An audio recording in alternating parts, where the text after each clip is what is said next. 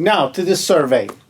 How are professional economists actually using AI at work? Let's delve into results, 5 minutes. We were lucky that 114 people responded to our survey, all of them with economics or finance degrees who are now working in industry.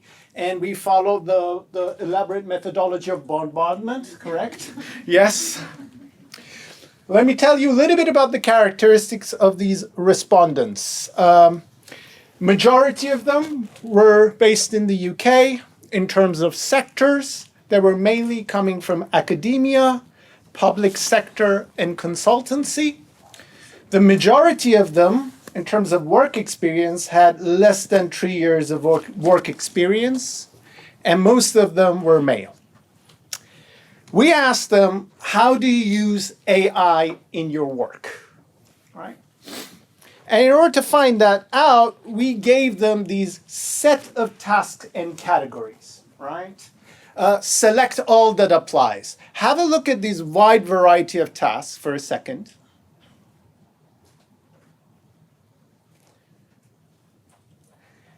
They range from very analytically narrow, well-defined tasks like coding. You ask your AI tool for a specific command, how to run appropriate regression in Stata or Python. This is very well specified task.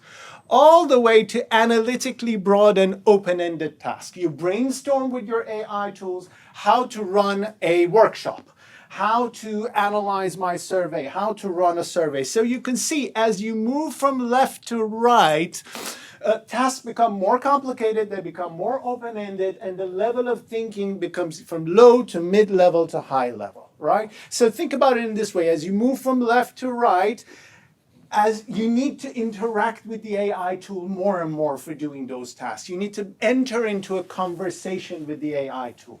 So we gave these categories to the economists, and this is what they responded.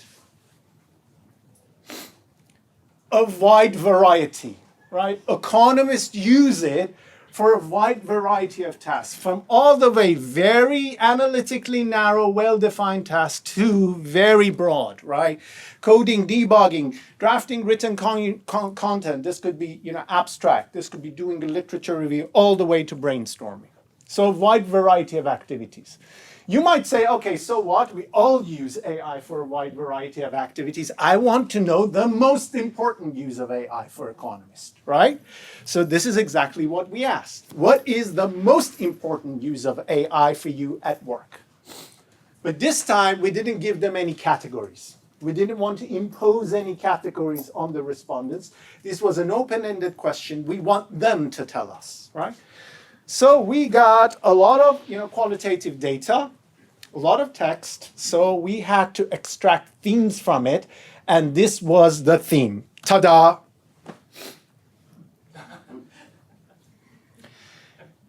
Most important use of AI, again, a wide variety. A lot of people, yes, a lot of people said coding, 30%, but a lot of people as well said drafting written documents, writing abstracts, doing a literature review, write a LinkedIn post, all the way people using it for brainstorming. So in a sense, the main message is that AI tool for economists is not just about coding, it's much wider. The comparative advantage or the absolute advantage of AI for economists is much broader, right? So let me go to, I would say, the most important question of the survey, right? That kind of relates to what we do as teachers. What AI-related skills or experiences would you hope new economics graduates would have entering the workforce? Essentially, essential employability skills for future, right? This, again, open-ended, and we got this. Again, a wide variety, right? Coding and programming, very specific, right, skills. Prompting the AI, critical thinking and evaluation. This is always there in the employer surveys. This is really interesting. Know the limits of AI, right? And then, of course, research skills and problem solving. I'll finish in 1 minute. Just some examples. Let me give you some examples of quotes that speak to these themes. You know, let's focus on this code. Know how to use AI as an assistant tool without excessively relying on that. Still be able to double check and have a critical attitude on the outcome proposed. So this code speaks to, right, these two themes: critical thinking and evaluation, knowing the limits of AI, know when to rely on AI and when not to rely on AI, right? Now, let me finish with this. Obviously, before the finishing slide, you can access the more extensive version of it with the QR code, more extension of it. But now to the main finding. If I would like you to remember one thing, is this.